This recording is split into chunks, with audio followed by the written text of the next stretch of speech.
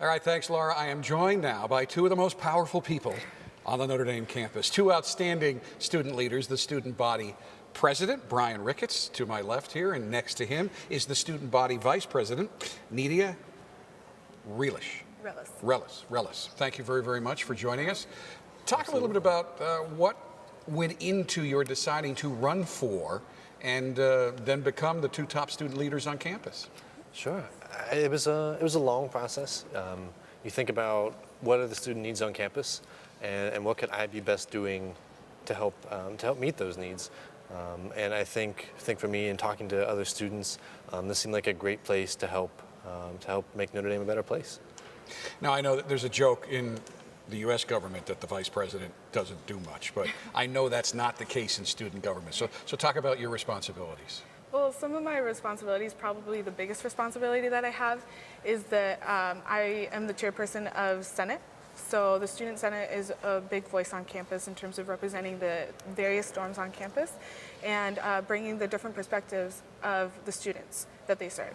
So they bring those kinds of ideas to Senate, and we hold discussions and pass resolutions that either amend the Constitution or express the kind of need that they want us in office to address. Now, you just took office at the beginning of the month, but the election was earlier this semester. How close was the election? We won by about 10 percentage points, but the other team was a great team as well. So. Now, is this something you foresee doing after you graduate? Are you two going to start, and I shouldn't say politicians because it has a bad connotation, but a lifetime of community service? Oh, absolutely. I'd love to get involved in public policy when I leave here. I think it's a great place to make a difference. Madam Vice President? I agree. I think that we're both definitely going to stay involved because it's something that we're both very passionate about. That's something that became very evident during the campaign and into these first few months, both in transition and taking office. So, now, you ran as a ticket. Yes. So what were the leading issues that you campaigned on? Okay. So one of the main leading issues that we campaigned on is really to gather more student buy-in in terms of creating student active bystanders against sexual assault. Another big issue that was huge on our platform was diversity and inclusion and making sure that we ensure that we're doing our best to make sure that this is an inclusive campus to everybody. We talk about the Notre Dame community. We really want to make sure that everybody feels comfortable with that. And Bryan can talk about a couple of initiatives that we have coming up that are new. Yeah, so one of the new frontiers in student affairs is really mental health.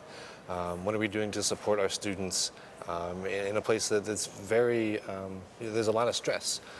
So we've been very grateful here at Notre Dame to have endowed newly the McDonald Center for Student Wellbeing.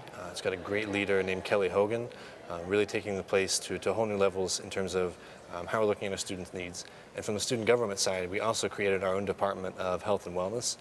We've got a great guy, Rohit Fonseca, who's leading that for us, and focusing on certainly the prevention side, as in where are sources of student stress, and from that, how can we address them? Looking sort of externally, structurally, how are we making time for students, but also internally, where am I making time for myself, where am I making time for my faith, things like that. And then treatment. If things don't go well, if you have a chronic depression, we're working with our University Counseling Center to make sure students have adequate resources. Now, and you talked about being inclusive, and normally people think that that's gender or ethnicity. But when I was reading some of your campaign literature, and I found this very interesting, you talk about economic inclusion. Now, I've been here since 1982. The student body as a whole is much wealthier now than it used to be. There's a lot of very wealthy students on campus, but not everybody is very wealthy, and that can create issues when some students can do things that other students can't from a financial basis. And I know that's something you're both looking at. Right, definitely. We're looking at the Rector Fund, which is a wonderful fund that particularly helps students that can't afford to do certain things like go to football games to get their tickets. One of the other things, the other sides that we're looking at is need in terms of academics, like should there be a fund for books, and that's something that we're really pushing forward, especially for students that can't don't even have the resources to buy their books for classes. And that if they don't, that can create tremendous stress. Exactly. And it's Absolutely. already it's stressful enough to be here because I've heard it's kind of competitive. Yes, Absolutely. definitely. And honestly, everybody at home can make a difference if you go out and buy the shirt. The proceeds from that support this Rector Fund. So we really appreciate that. And it's a really cool shirt this Yes. year. Oh, it's great. Definitely. All right. Thank you both for the time, and you. thank you for Thank you, stepping sir. up and taking on this responsibility. you. And good luck in your terms. Thanks. All right. Thank you.